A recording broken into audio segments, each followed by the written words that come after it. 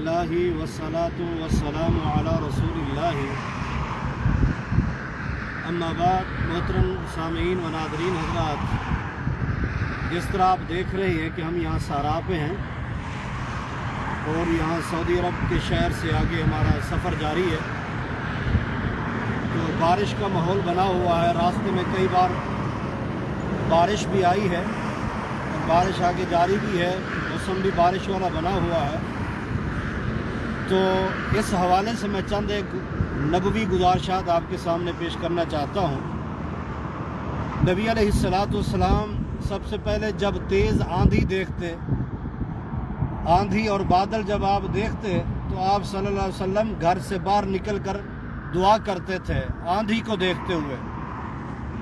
دعا یہ تھی کہ اے اللہ ہمیں اس کے شر سے بچا، اللہم انی اسألک من خیرہا و خیر ما فیہا و اعوذ بک من شرہا و شر ما فیہا۔ تو یہ دعا کرتے تھے کہ اے اللہ ہم تو اس سے اس کے خیر کا سوال کرتے ہیں، اس بادل میں اس ہوا میں خیر ہو، اور اس کے شر سے ہم تو اسے پناہ چاہتے ہیں۔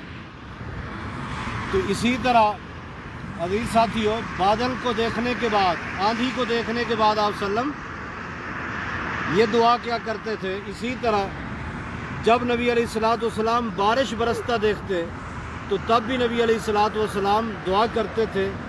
ایک نہیں کئی دعائیں نبی علیہ السلام سے ثابت ہیں، حتیٰ کہ نبی علیہ السلام کا ارشاد گرامی ہے کہ جب بارش نازل ہو رہی ہو تو بارش کی آمد کے وقت کی جانے والی دعا رد نہیں ہوتی، دعا کی قبولیت کا وقت ہوتا ہے۔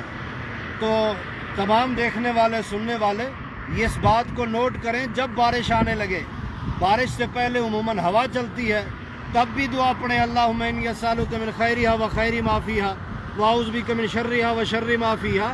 جب بارش برسنے لگے تو تب بھی دعا کرنی چاہیے، تب بے شک گناہوں کی معافی کی، خیر کی دعا۔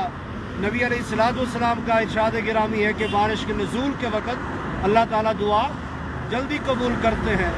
اسی طرح خود نبی علیہ السلام بارش کے لیے بہت زیادہ دعائیں کرتے تھے۔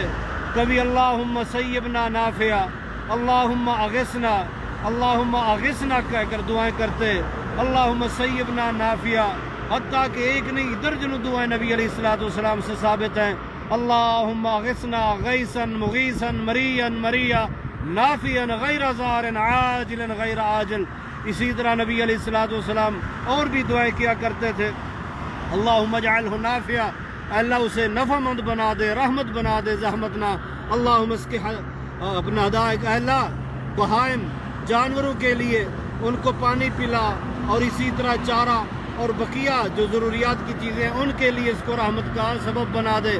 حتیٰ کہ نبی علیہ السلام یہ بھی دعا کیا کرتے تھے، اللہم جللنا سحابا کثیفا قصیفا دلوکا زحوکا تمطرنا رزازا قطقطا سجلا یا ذا الجلال والاکرام۔ اور بھی مختلف الفاظ اور صیغوں سے احادیثیں نبی علیہ السلام سے ثابت ہیں۔ بارش کے حوالے سے نبی علیہ السلام بہت ساری دعائیں اپنی امت کو بتلائی ہیں۔ ہاں جب بارش زیادہ ہو جائے، ضرورت سے بھی زیادہ، تب اگر حاجت ہے کہ اللہ آپ بند کر دے بارش، تو اس کے لیے بھی نبی علیہ السلام نے بتلایا کہ تب پڑھنا چاہیے اللہم حوالینا، اللہم حوالینا ولا علینا، اللہم علی الاکام والجبال والضراب والعودیت ومنابت الشجرات۔ یہ دعائیں پڑھنی چاہیے کہ اے اللہ اس کو اب لے جا یہاں جہاں ضرورت ہے، ہمیں اس کی ضرورت نہیں، اب ضرورت ہماری پوری ہو چکی ہے۔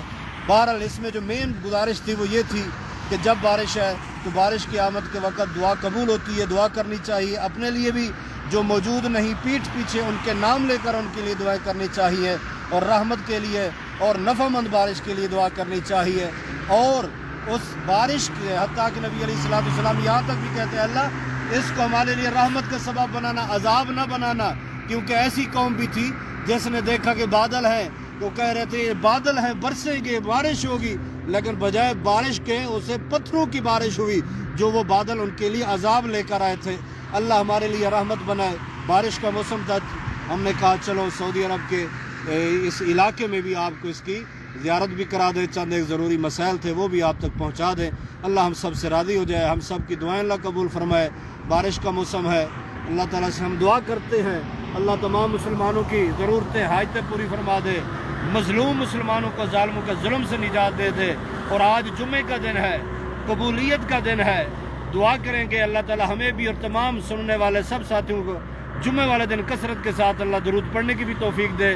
ابھی بہت سارا ٹائم باقی ہے، شام تک سورۃ کاف بھی پڑھیں، درود بھی پڑھیں، اذکار بھی کریں، اور ہم گناہگاروں کے لیے تمام مسلمانوں کے لیے دعائیں بھی کریں۔ السلام علیکم ورحمۃ اللہ وبرکاتہ۔